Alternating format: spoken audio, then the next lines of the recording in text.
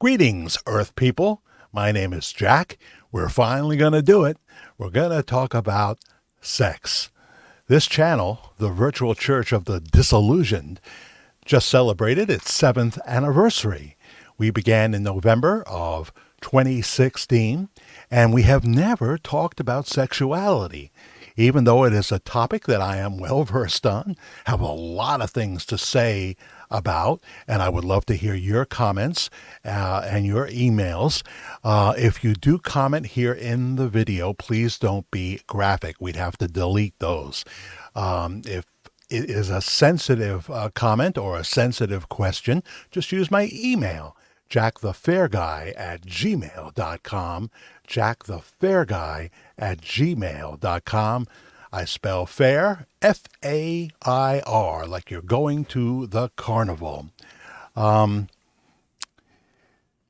going to tackle, and there's so many things to say in this topic, a touchy subject, monogamy.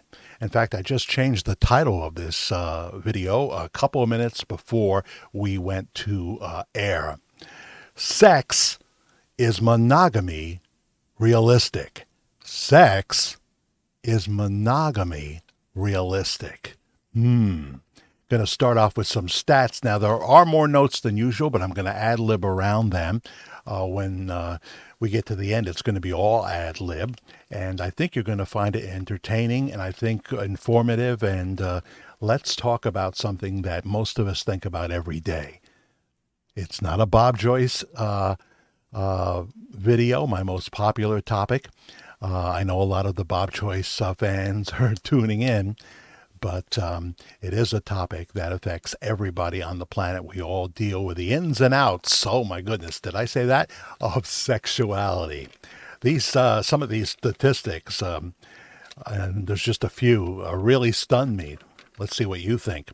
In 2020, there were around 630,000 divorces in the U.S. Since 1990, fewer couples choose to marry at all. Divorce for people age 50 and over is rising. Most Americans who file for divorce do so, I found this interesting, between January and March. Must be something to those New Year resolutions, right? Those resolutions that everybody makes. My New Year's resolution is I want to get a new partner and spice things up. Also, of course, there's the winter doldrums. You're bored and there's depression and you become dissatisfied with your partner, maybe because of it. All that stuff factors in. This I found interesting. Only 45 states and Washington, D.C. submit enough data to be included in the statistics. So we already know that these statistics are very low. Marital infidelity is the leading cause of divorce, according to a study from the American Association for Marriage and Family Therapy. Money would be a close second, right? But it appears like infidelity is the number one reason for divorce. 25% of married men and 15% of married women have had extramarital affairs. That study, though, is far from reality. When the subject is sex, and that's what we're going to be talking about in this series, we have to be honest. We have to approach it honestly. Incomplete, inaccurate stats just don't paint a very good picture, right? They don't even reveal the tip of the iceberg. No, not even close. My name is Jack Allen Willard, and our topic again is sex. Is monogamy realistic? Men, they may have a different view of this video than women. I'll be curious. I'll be curious to find out. Let me know where you are watching from when you comment, whether it be an email or here in the comment section. Help me submit this information to as many people as possible. Subscribe if you haven't already. Like the video if you like it. Share it, okay? Share it and help me promote it, because I got to get beyond the Bob Joyce audience to make this popular with people that need to hear what we're sharing here.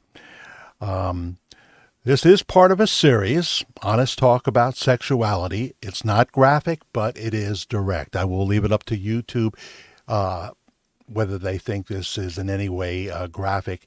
They decide what spots they're going to put in the video and what have you. So I never know for sure. I'll leave that up to the person or the algorithm or whatever it is. But we're going to be careful. If I did a more graphic study, I would do it on my website. That as of this date where I'm speaking to you, which is almost 2023, the website is not up yet. But it's funny how the nose itches in every video. I would put a more graphic study on the website, and it would have to be downloaded, but we're not doing that here.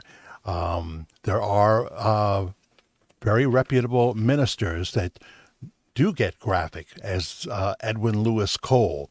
He's no longer with us. He's with the Lord in heaven, but he had a men's ministry, and I was able to hear him speak privately, just men, and, he didn't mince words, as they say.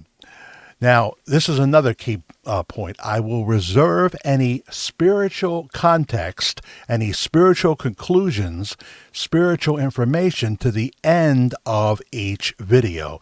Not everyone is a believer, and frankly, some, in fact, quite a few, but not all Christian speakers, whether it be pastors, priests, lay ministers, counselors, or elders, too often do a lousy job as they scold those seeking guidance.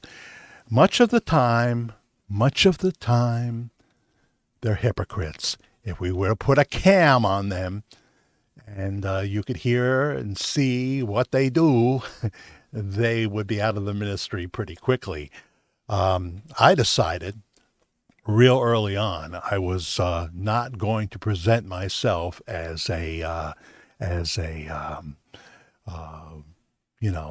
successful, on fire Christian. I am someone who is sincere, and I'm trying to get better.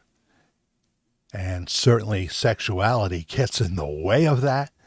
But I am never going to come on here and pretend that I am always doing the right things, making the right choices.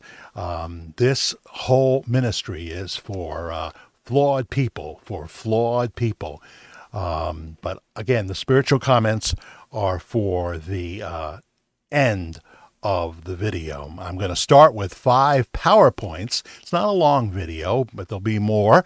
I'm going to start with 5 PowerPoints that I think you'll find interesting for this study.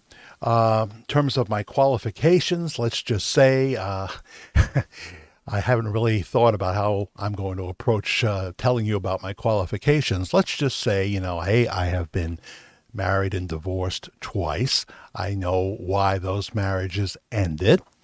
I have looked at the same stuff many of you look at.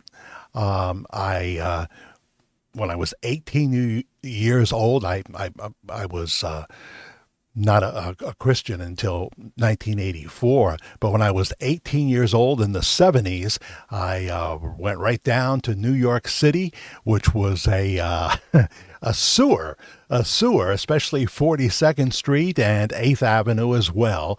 If you walked from 8th Avenue, I would get off at the Port Authority bus terminal. I wasn't going to drive. Port Authority bus terminal and walk down or up 42nd Street towards Broadway. By the time I got to Broadway, every vice known to man would be offered to me. This is long before Rudy Giuliani. Some people are saying that Eric Adams, the current mayor of New York City, who, New York City already, because of D.A. Bragg and the catch and release, no money. You just get right out and you can commit the theft or whatever you've done again. Some violent criminals have got out on bail with no cash, no nothing. It's becoming Back to the Future too. I've said that in other videos. Some people say Eric Adams is looking to bring some of that flavor back to New York City, because the city, nobody wants to go there anymore. You don't want to go to a city where you're going to be hit over the head and robbed, and maybe worse, and they know there's no consequences. Who wants to have a store if you keep getting robbed every day? And D.A. Bragg just looks the other way. Oh man, it's pathetic. But I'm just saying, in the 70s, it was wild. It was wild. There were adult movie theaters. There were lots of porn shops with video booths. I have said this, I think, before in a video. The first time I went into my first porn shop at age 18 years old, I saw that there were a lot of businessmen with their coats and briefcases in one particular section. This is 1974, and it says chicken. Says chicken. There's a sign that says chicken, and I thought, oh, they serve food here too? I didn't know. And so I walked over there, and I didn't see any food, but I looked at what they were looking at, and it was young children.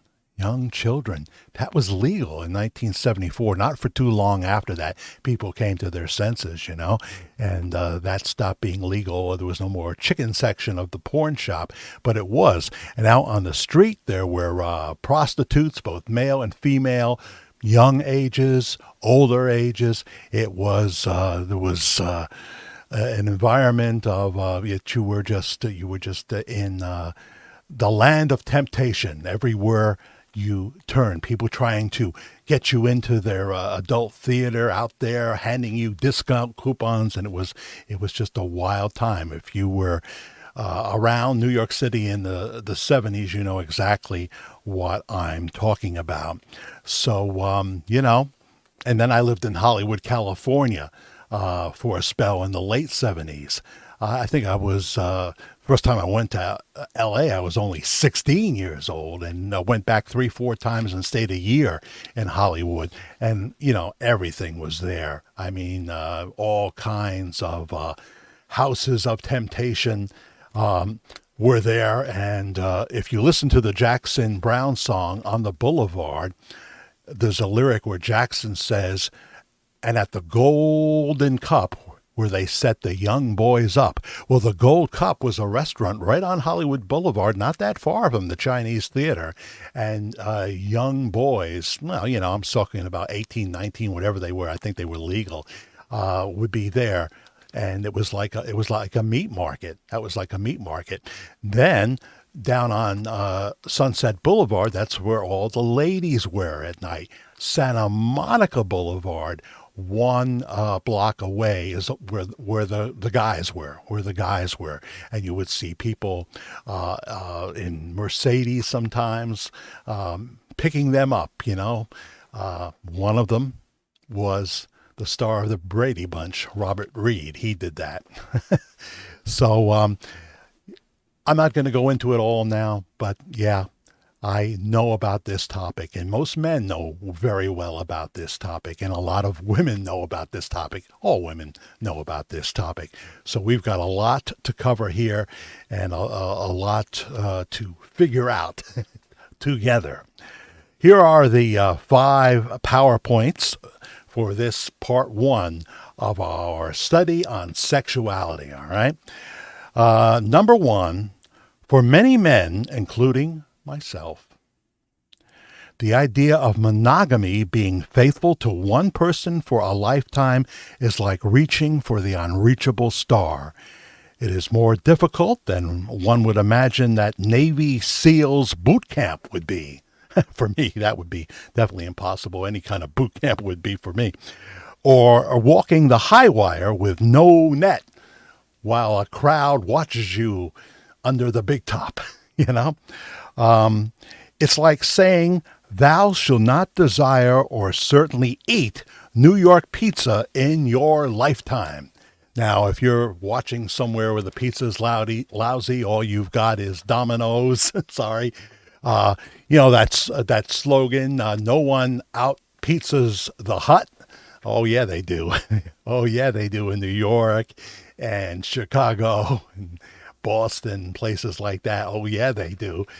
Not putting down Pizza Hut when you're hungry and that's what's available.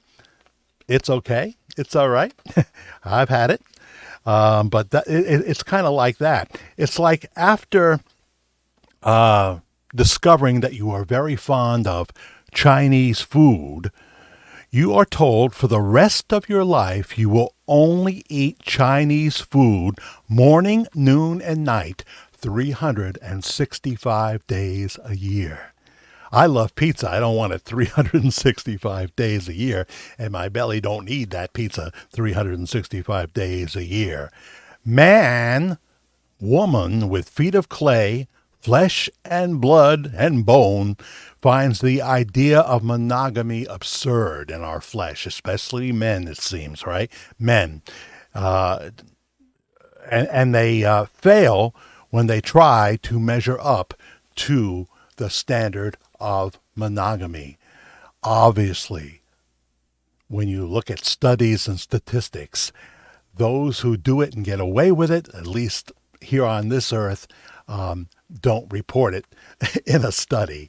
They don't report it in a study. Number 2, PowerPoint, as we talk about monogamy.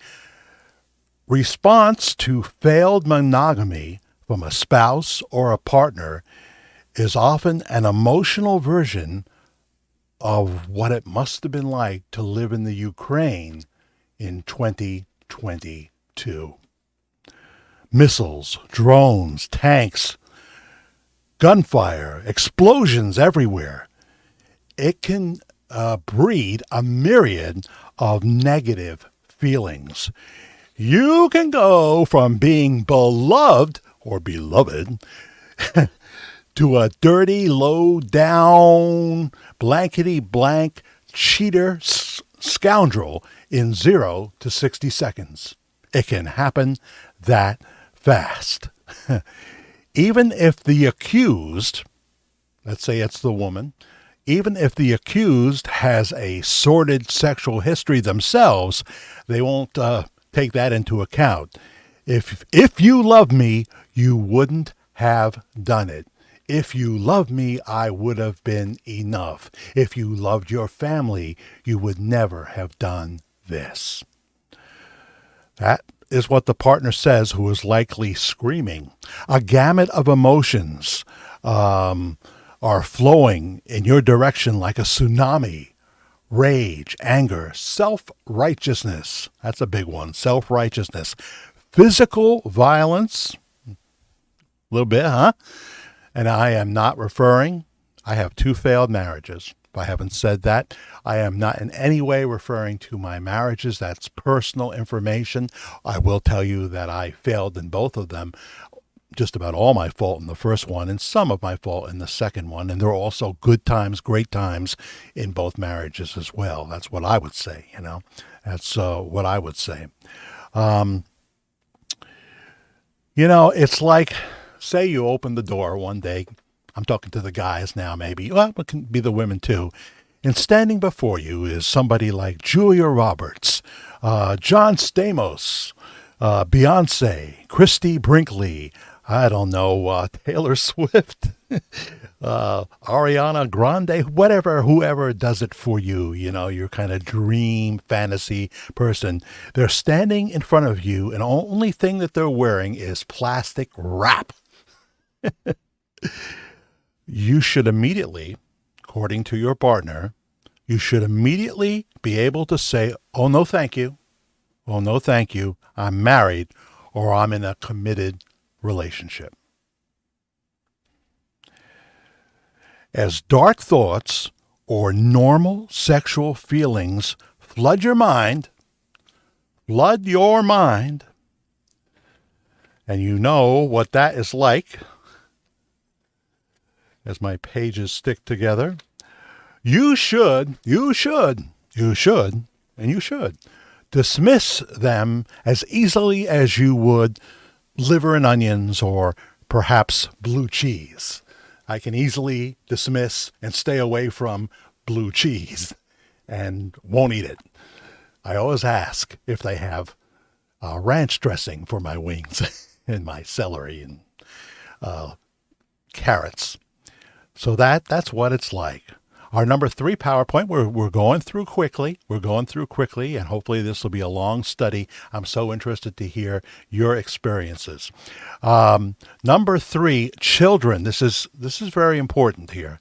Children can usually become the most affected when an offended partner starts hurling grenades with no regard for consequences. Since they have made a snap judgment that all blame goes to the cheating partner, they seem to feel devastating the kids is now an acceptable decision. I want you to think about that. And boy, I have experience in this area. I know what happens. I know what happens, and it happens to so many children. We're talking lifetime scars, devastation for the kids. Suddenly, the children that they so dearly love are expendable because the offender must be punished, and if the kids become collateral damage, so be it. You really got to think about it. If someone posed the question, can you say anything good about Hillary Clinton? Well, I could say 2 things. She cares about health care, and she stood by her husband, Bill Clinton, because that's what she wanted to do. That was her decision. Everybody was telling her, you got to divorce this guy. And she said, you don't tell me what to do in my relationship, Rosie O'Donnell. If you don't like me anymore, you don't like me. I'm not Tammy Wynette standing by my man, but I love him. He's a flawed man. And I have a feeling that Hillary is a very flawed woman. In fact, I know that. I don't know about that sexually for sure. But, maybe the biggest problem she had is she did it with an intern. You did it with an intern? What's wrong with you? What's wrong with you?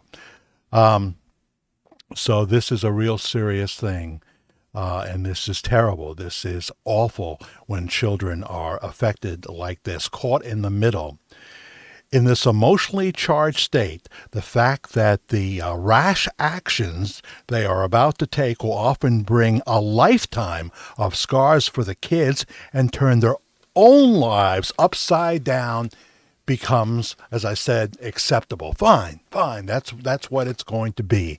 And they may regret that for the rest of their lives. Maybe the marriage could have been repaired. Men tend to be different, although there are these jealous men. They'll go try to murder the guy who slept with their wife. I understand there's that kind of man. But the kind of man I am is if my partner came to me and said, there was this really cute guy, and he wanted to be with me, and I just got caught up in the emotions, and I went to his house and had sex with him. I would say, I see. I can understand that you wanted to do that. Does this mean that you don't love me and that you want a divorce now? And she said, no, it was just sex. I'd say, okay, I forgive you. Let's move on. That's me. That's not the case. So many times it doesn't play out that way. Here's the number 4 PowerPoint as we talk about sexuality, specifically in this study, monogamy. In the movie Ask Me Anything, has anybody seen that? Check it out on Tubi, maybe Prime Video. Ask Me Anything is about a girl around 18 years old, I think. She is experimenting with her sexuality and writing a blog about it under a false pen name. 2 of my favorite actors are in this movie. And I, have a lot of favorite actors. Anthony Hopkins is certainly one of them. Hoffman and Pacino, of course, and the late great Robin Williams. But Martin Sheen and Christian Slater are in this movie. Ask Me Anything, and I love them. I love their work. When is Christian Slater going to star in the Jack Nicholson story? Because he's the guy to do it. He's the guy. Everyone compares them, and it would be great to see a movie. That should be a big budget movie too. Anyway, because they're in the movie, I noticed the movie and I watched. Of course, I found the actress compelling. I'm not going to lie to you. I found her compelling in many ways. Martin plays a used bookstore owner who once did time in prison. It was a sexual offense. The young lady approaches him for a job. He quickly falls in love with her. But when her parents discover his past, they check him out, his past, she is urged to quit, and she does. She does. She's living at home, That leads to a childcare job in the home of an attractive couple. Christian Slater plays the husband, and his wife is beautiful. She's a very busy, professional woman who just had a baby, She's away a lot. She's away a lot. Christian's character quickly finds himself attracted to the babysitter. And the first experience with her happens in the marital bed right there in the family home. As the wife rushes off to work, all signs, all signals are go. During conversation later, as he drives her home, because she always seems to have car problems and she needs a ride home sometimes, they have a heart-to-heart chat about, she's very idealistic and she thinks that most people are good in the world and what have you, even though she just committed and led the gentleman into adultery. She just went behind the mom's back and had sex with her husband. She thinks, that most people are good, and she would perceive that she is, although she's very troubled and conflicted and has a lot of issues.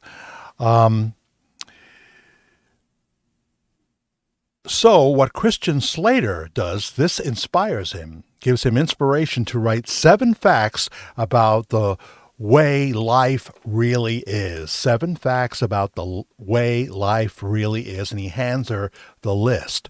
One is that life is always presenting difficulties, and it only gets worse as you get older. It only gets worse as you grow old. Another is very important for this study. We are beginning this video on sexuality, and here is one of Christian Slater in character, his words of wisdom as to how life really is. It does not apply to every man, but would apply to many. The fact he wrote down as part of his 7 facts, this tidbit I find very, very interesting. This is the most stinging fact that he wrote down. If it were not for the fear of getting caught, most men would act like savages. Some truth to that. There's some truth to that. The lead actress gets pregnant during her exploration. Not sure which of the 4 or 5 guys was the father that she encounters. One of them is the guy who dated Amanda Seyfried from, he was in Galaxy Quest, and he's in this movie, Ask Me Anything. But when she revisits the character Martin Sheen plays at the bookstore, he urges her not to have an abortion. He offers her a free apartment over his garage because she's feeling her parents are going to freak out, and she wants to get away from them and move out. And he's saying there's this apartment above my garage. As we learn towards the end of the movie, that apartment never really existed. There was no apartment above the garage. She would have ended up staying at least in a separate room close to him, you see. And he says that he will raise the baby if she doesn't want to. And then with tears and tremendous love in his eyes, he says to her, before he thinks he's going to be giving her a ride home, but she says she's going to walk. He says, he will raise the baby if she doesn't want to. You can be as much of a mother as you want to be. Now, I'm not going to tell you the powerful ending of Ask Me Anything, but the last line in the movie, which is spoken from the young woman's mother, is as powerful as the line about most men being savages if they knew they wouldn't get caught. Just a very powerful movie. There is sexuality in there. Now, the final PowerPoint for part 1 of our series about sex, number 5, we live in a sex-saturated world, most parts of the world. I don't think I have any viewers in North Korea. I don't know what goes on there. Saudi Arabia, I don't know. I don't know.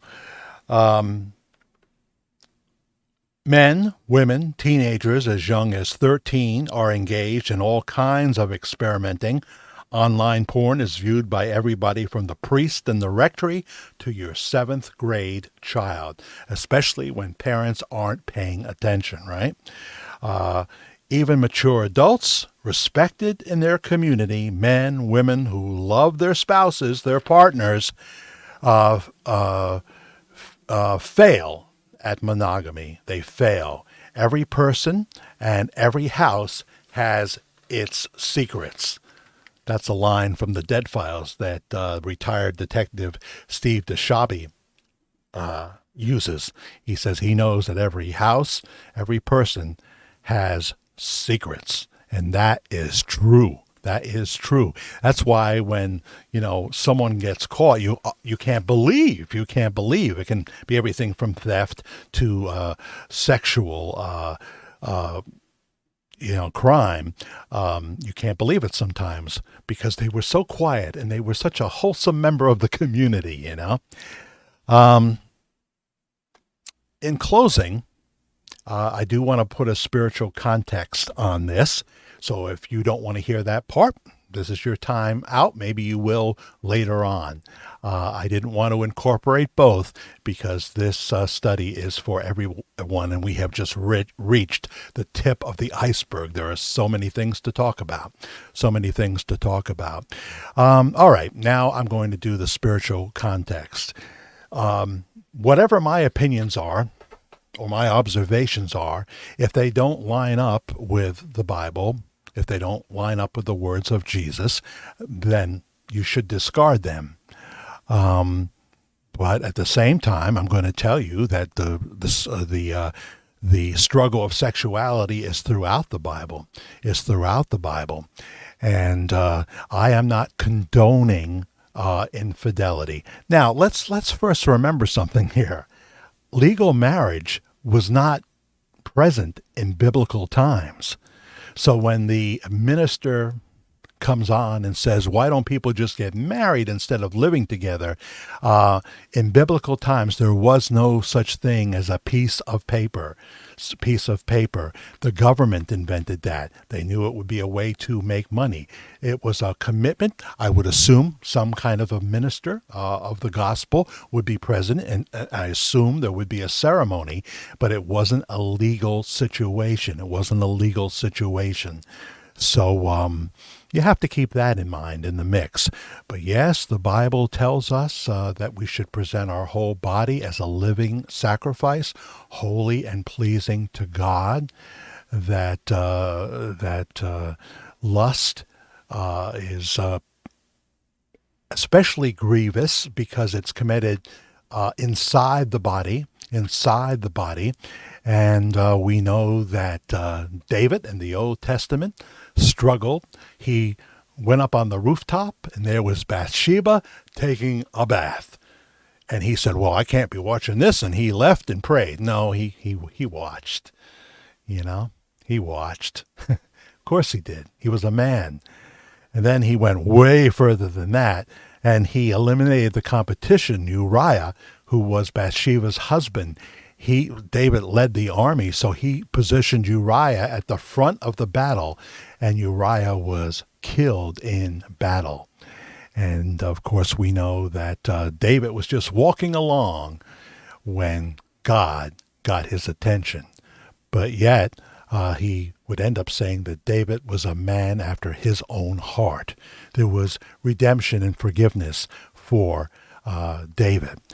As I have talked about in other videos, Paul the Apostle is the one who is most likely, like in Romans, the first chapter, to talk about sexual immorality. He is very hard on the Corinthians in the next chapter of the New Testament. He talks about holy living. Certainly he talks about being sexually pure, not having relations that are fornication. He's not talking about legal marriage again, because it didn't exist at that time, but he's talking about not straying from one person, committed person. We know back in the Old Testament, men had multiple wives. See, it was always geared in the man's favor, except that he was supposed to financially take care of all those wives, and that's a pretty big burden. I don't know how much the minimum wage was then, but certainly Paul is right in your face as he talks about the struggle. He also says that he has not attained perfection himself, but he presses on towards the high calling that is Jesus Christ. And but then he calls himself the chief of sinners. The chief of sinners. This is a man who had a personal encounter with Jesus Christ on the road, with God the Father on the road to Damascus. So he has no questions that this God exists, no questions at all. And yet, as we have talked about, if you look at Romans 7, get into the verses a little ways, and you will see a confession from Paul saying that the things that he wants to do, he doesn't do. The things that he hates, these things he finds himself doing. He talks about a war that is waging in his members. He's not talking about a temper problem here. He's talking about a war. He's talking about present sin in his life, even though he's one of the apostles of Jesus Christ. Seems to give some hope for you and me, right? Some hope. A war that is waging in his members, that the thing he doesn't want to do, he ends up doing. That's present sin. And if you go into just about any church and you start talking about present sin, they're going to come right at you and say, well, we have to make sure that you don't do this anymore. You have to repent. You have to repent, and you have to have total victory over this. We have to make that happen in, within 2 weeks. And you're never going to hold any kind of leadership if you start admitting to present sin. If you're in leadership and you mention present sin, they are going to rake you over the coals. You're going to have not a 12-step program. You're going to have a 60-step program, and elders and the lead pastor, or if you are the lead pastor, look out. You're going to have to deal with a whole lot before you get back in that pulpit, or before you get back in teaching that Bible study or what have you, And yet, some of these same elders the night before were looking at porn on their computer. the Pope himself, and a lot of people have troubles with this Pope, and they disagree. Very conservative Catholics, for example, he said that pornography on the computer even affects the priest in the church. And yeah, no kidding, no kidding, right? Because anytime you force celibacy, it can lead to sexual deviancy. It can certainly lead to alcoholism. I've seen all this. I know priests that fell this way.